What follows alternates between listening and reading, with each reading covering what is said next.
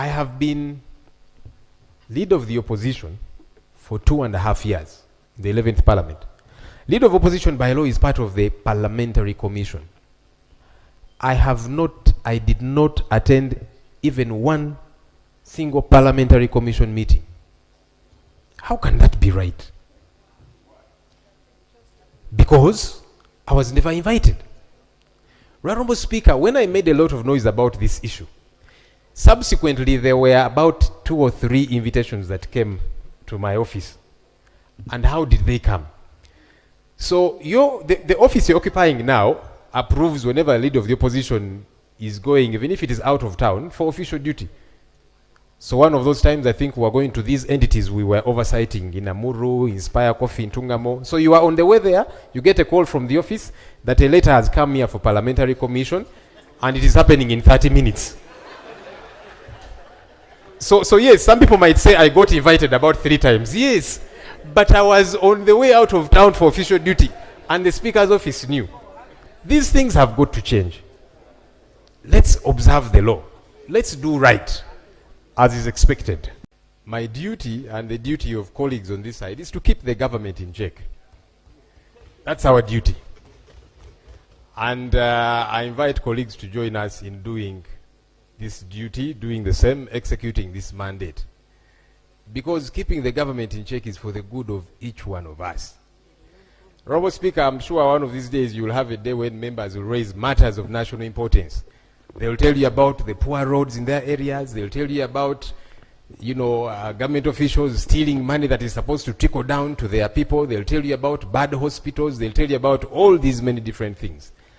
So as we keep government in check, it's for the good of all of us, and we shall happily continue to do it.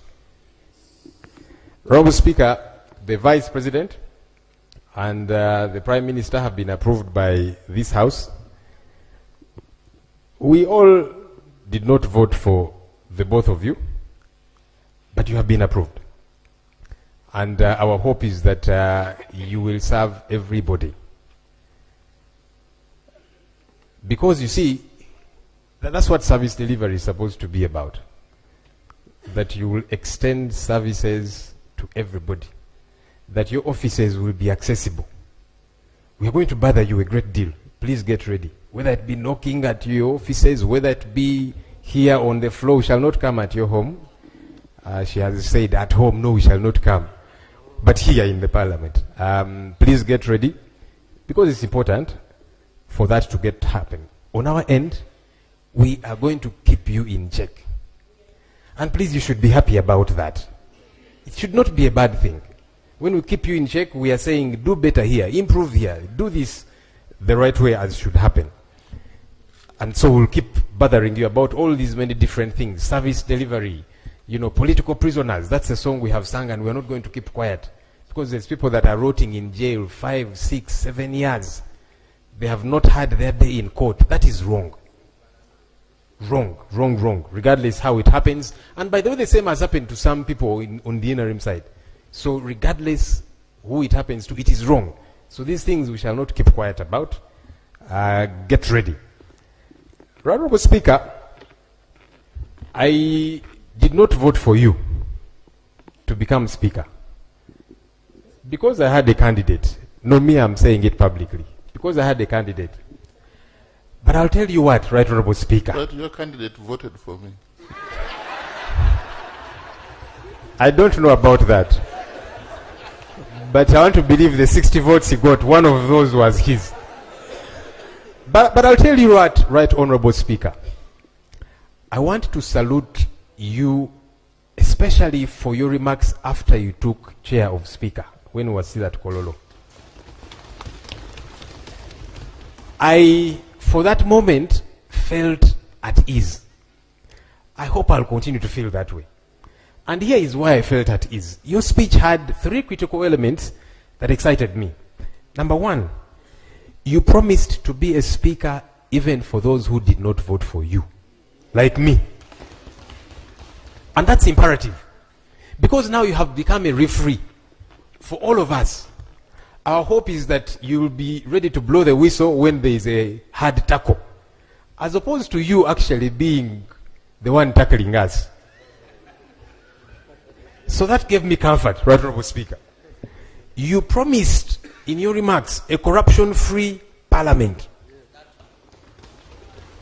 That excited me. And you have our support in ensuring this, Right Honorable Speaker. Right Honorable Speaker, you promised that Parliament is supposed to be open, and so the media is supposed to be welcome here. I want to appreciate, because on that one you have taken immediate action. I was told that the Nation Media Group accessed Parliament today, because they were barred from accessing Parliament for months, and that is wrong. My appeal to you, Right Honorable Speaker, I'm saluting you publicly for the remarks that you made. Kindly actualize the remarks that you made. That's my humble appeal to you. You know, sometimes we say things and then we don't actualize them. But my hope is that you are going to actualize these remarks that you made, that we shall all feel comfortable in being in this house, that I should feel at ease to stand up and object to something. And I know I'm not going to be vilified. And by me, I mean several colleagues, that nobody is going to be vilified for having that school of thought. That's why we are all here. We all have different schools of thought. Honorable Speaker, I have been leader of the opposition for 2.5 years in the 11th Parliament. Leader of opposition by law is part of the Parliamentary Commission. I did not attend even one single Parliamentary Commission meeting. How can that be right? Because I was never invited. Honorable Speaker, when I made a lot of noise about this issue, subsequently there were about 2 or 3 invitations that came to my office. And how did they come? So the office you're occupying now approves whenever a leader of the opposition is going, even if it is out of town, for official duty. So one of those times, I think we were going to these entities we were oversighting in Amuru, Inspire Coffee, in Tungamo. So you are on the way there, you get a call from the office that a letter has come here for Parliamentary Commission, and it is happening in 30 minutes.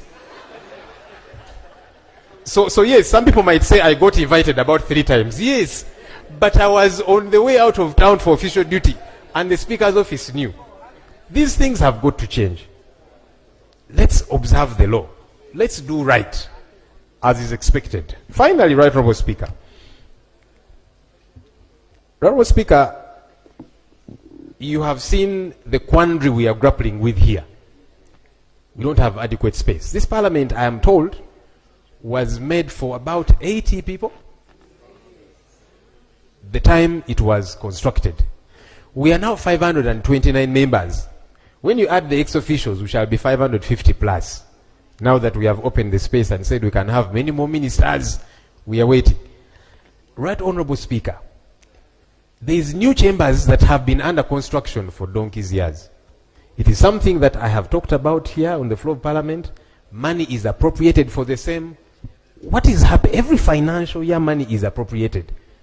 Why has that place become a bottomless pit? Why do they not finish constructing that place so that members don't sit on their laps? Especially because money is appropriated. It would be a different thing if somebody was saying there is no money available. But money is passed here. At one time I said, look, can we stop passing this money? But the money is appropriated. Work doesn't happen. Meanwhile, Parliament spends billions of shillings to rent office space for members and staff. Why? Honorable Speaker, we are trusting you to fix these issues. I'm glad that you ably talked about them. We are looking forward to working with you. We are looking forward to all of us enjoying our space here, supporting what we feel is right to support, objecting to what we feel we should object to, and who will benefit? The people of Uganda out there. I thank you and congratulations to us all.